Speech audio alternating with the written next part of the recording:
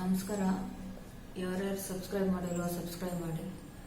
ನಾನೀಗ ಮೂಲಾಧಾರ ಚಕ್ರ ಆಕ್ಟಿವೇಟ್ ಆಗೋದಕ್ಕೆ ಯಾವ ಪ್ರಾಣಾಯಾಮ ಮತ್ತು ಕೆಲವೊಂದು ಯೋಗಾಸನಗಳು ತೋರಿಸ್ಕೊಡ್ತೀನಿ. ಪ್ರಾಣಾಯಾಮ ಬಂದು ನಾರ್ಮಲ್ ಬ್ರೀತಿಂಗು, ಚಿನ್ಮುದ್ರೆಯಲ್ಲಿ ಕೂತ್ಕೊಳ್ಳಿ. ಚಿನ್ಮುದ್ರೆ ಆಗೋರು ಪದ್ಮಾಸನ, ಇಲ್ಲಾಂದ್ರೆ ಅರ್ಧ ಪದ್ಮಾಸನ, ಆಗದೆ ಇರೋರು ಮಾಮೂಲಿಯಾಗಿ ಕೂತ್ಕೊಳ್ಳಿ. ಇನ್ಹೇಲ್ ಎಕ್ಸೇಲ್ ಮಾಡಿ, ಕಣ್ಣು ಮುಚ್ಕೊಂಡು ಇನ್ಹೇಲ್ ಎಕ್ಸೇಲ್. ಈ ಪ್ರಾಣಾಯಾಮ ಅಷ್ಟೇ ಬರೋದು.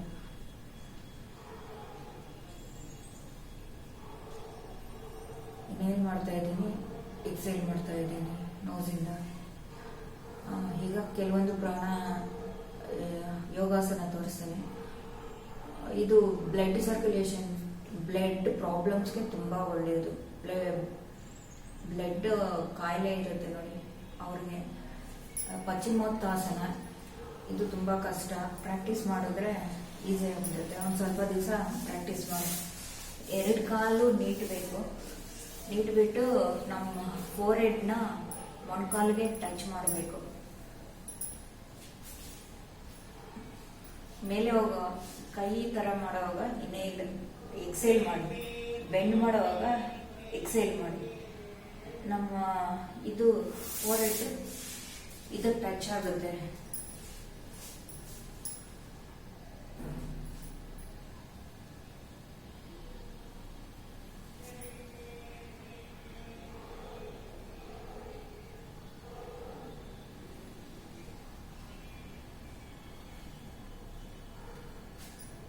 ಇದೊಂದು ಯೋಗಾಸನ. ಇನ್ನೂ ಒಂದು ಯೋಗಾಸನ ತೋರಿಸ್ಕೊಡ್ತೀನಿ.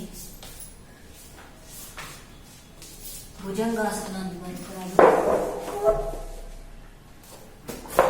ಇಟ್ಕೊಂಡು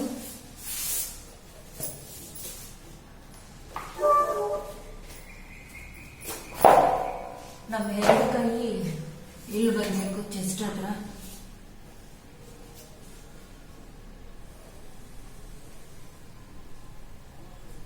ಕಣ್ಣು ಮುಚ್ಚಬೇಡಿ. ಇದೇನು ಮಾಡ್ತಾ ಮೇಲೆ ಬನ್ನಿ, ಎಕ್ಸೇಲ್ ಮಾಡ್ತಾ ಕೆಳಗೆ ಹೋಗಿ. ಇದೊಂದು ಯೋಗಾಸನ. ಇನ್ನೊಂದು ತೋರಿಸ್ತೀನಿ.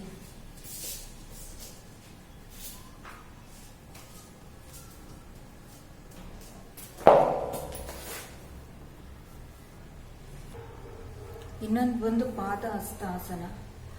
ಇದು ತುಂಬಾ ಕಷ್ಟನೇ. ಪ್ರಾಕ್ಟೀಸ್ ಮಾಡಿದ್ರೆ ಎಲ್ಲ ಈಸಿ ಆಗುತ್ತೆ.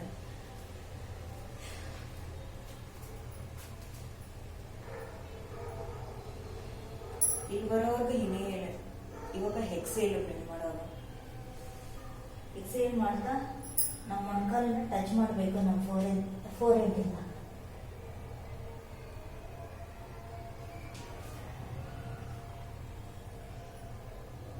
ಈ ತರ ಮಾಡಿ ನಮ್ಮ ಮೂಲಾಧಾರ ಚಕ್ರ ಆಕ್ಟಿವೇಟ್ ಆಗುತ್ತೆ. ಹಾಗೂ ನಮ್ಮ ಬ್ಲಡ್ ಸರ್ಕ್ಯುಲೇಷನ್, ಬ್ಲಡ್ ಸಂಬಂಧಿಸಿರೋ ಕಾಯಿಲೆಗಳಿಗೆ ತುಂಬ ಒಳ್ಳೆಯದು. ಯಾರ್ಯಾರು ಸಬ್ಸ್ಕ್ರೈಬ್ ಮಾಡಿಲ್ವೋ ಸಬ್ಸ್ಕ್ರೈಬ್ ಮಾಡಿ. Thank you so much.